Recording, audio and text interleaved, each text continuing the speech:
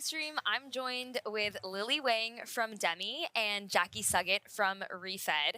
And we're here to talk about one of my favorite topics and probably most people's gateway and introduction and most relatable introduction to circularity, which is the idea of food waste. It's something that we all see in our own homes, in our own households, in our schools, in our cafeterias, in our workplaces. And I don't know, for me, it really hits home. So I'd love to hear from both of you. And I have so many questions. But before we get into that, please introduce yourselves. Tell our live stream audience what it is that you do and how you got into this space. Lily, would you like to kick us off? Sure, yeah. Thank you so much for having us today. So I'm Lily Wang. I'm the co-founder and CEO of Demi. We're an early stage startup that is working to make composting more accessible for people who live in urban environments. So we partner with apartment buildings to bring a tech-enabled smart composting system to residents in cities. Amazing. And Jackie Suggitt, I'm with Refed. We are a national nonprofit focused on ending food loss and waste, everyone's favorite topic. And we do that primarily through collecting and disseminating data and insights, as well as in working on the ground with the broad ecosystem of stakeholders that are both generating and solving the problem of food waste. I love that both of you together sort of tackle food waste from two different angles. Lily, you're really on the ground doing that waste diversion, that compost action. Jackie, you are working with organizations to collect the data to understand how to stop food waste from the manufacturing stream potentially, where food is being wasted. And please explain a little bit more about how that data collection works. Because I've always personally wondered, I'm like, if one consistent product is getting thrown away, then why do we keep producing it? And how can we, collect that data to leverage that to make sure that this waste isn't being produced? Yeah. And it seems like that's sort of what you're working on. So I'd love to hear a little bit more about that. Yeah, data and measurement is so important. I mean, the famous saying goes, you can't manage what you don't measure, right? So it really is the input that enables action to happen at the end of the day. The challenge is if you think about, you talk about one product, right? But think about the life of that product. Take a strawberry. Think about how many times that strawberry changes hands in the supply chain and how often we do or do not have visibility to actually where that strawberry is. So that's what makes the data hard. If we look at having to combine it across different sectors, if you're talking about working with large food businesses whose data models aren't built to track waste, right? They're primarily built for sales purposes, and we have to go and kind of repurpose them for different uses. So it's a complex problem. I think that's part of the way that we look at it is if we wait for perfection, it won't happen. Yeah. So let's get the best data that we can, and let's be transparent about how confident or not confident we are in that data. And that becomes your research agenda at the end of the day, is how to improve the insights that you're working with.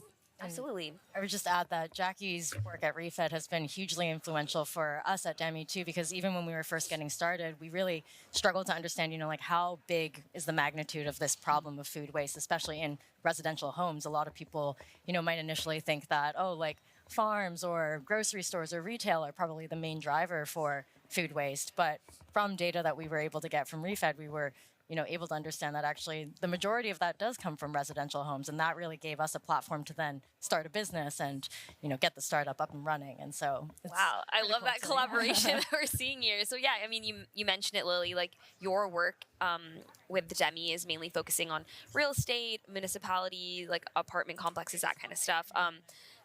Tell us more. Yeah. So we are trying to make it easier for urban residents to really, drive composting efforts forward.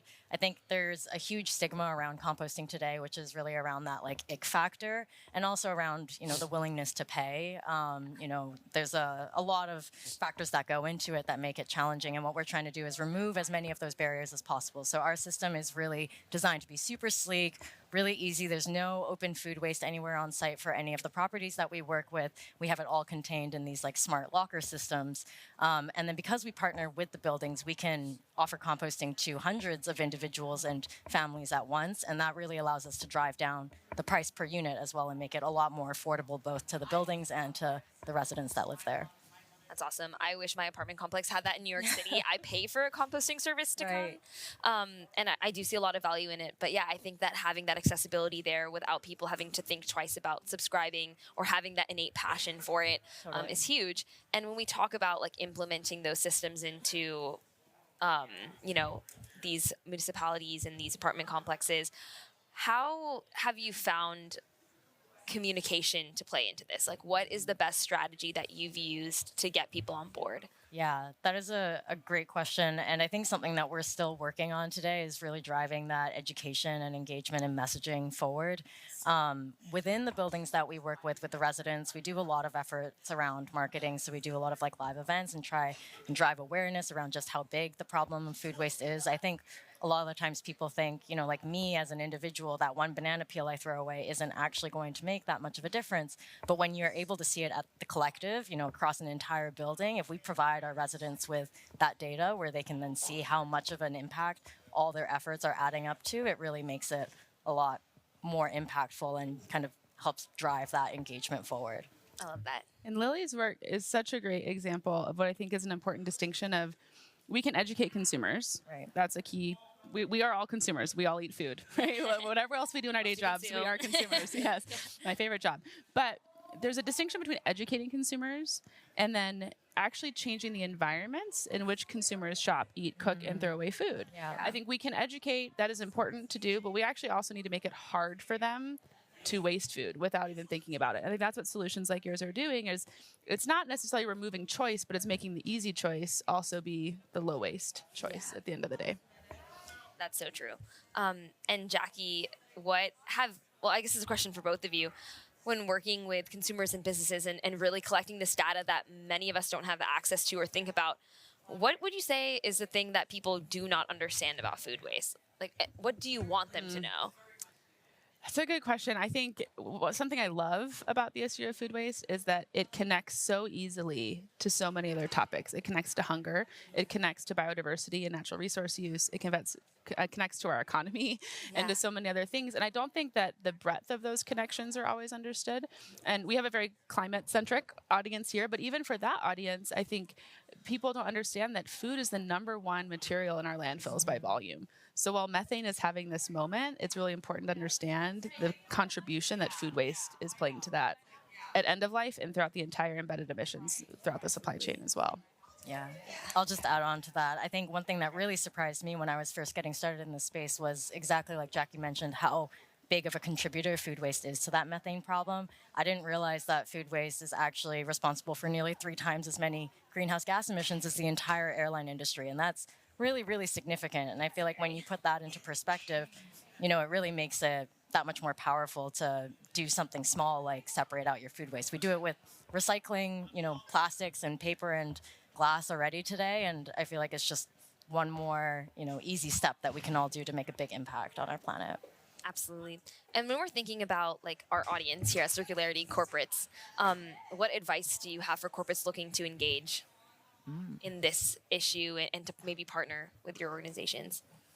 I think just recognizing that doing good for the planet and doing the right thing around food waste doesn't necessarily have to come at a trade-off for your bottom line. I think there's this misconception that in order to do the right thing, you often have to pay more, it has to cost more, but we're paying to send things to landfill too, and there's an easy solution that could ultimately probably result in net positive ROI for everybody. So Yeah, I think working with businesses, we often naturally try to frame food waste as an environmental problem. Yeah. We need to be framing it as an economic problem because then we're speaking to an issue that businesses already understand, right? Waste is inefficiency, and efficiency is cost, and cost becomes a priority in a business model sense. So I think engaging the right people within the business, especially those in finance and operations teams, and prioritizing food waste in that way of how this can be a way to actually solve or at least minimize economic problems or cost problems within a business sense is the quickest way to get the prioritization within those environments. Absolutely. Thank you both. And I'd love to end our conversation here by asking you what gives you the most hope. For me, it's the momentum. I mean, we were just talking about this 5 minutes ago. I think it gives me hope that we are seeing more solution providers emerging and succeeding than ever before, more investment than ever before. We are pushing on open doors, talking with businesses about prioritizing food waste. And I think that momentum is going to continue to build.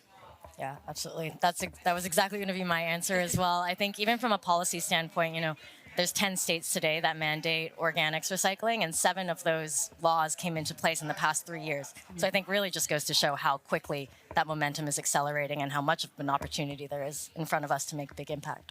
Absolutely. Thank you so much. Thank you both. Thank And you. to our live stream audience, this is Lily, Jackie. We really appreciate you being here. Awesome. Thank you so much.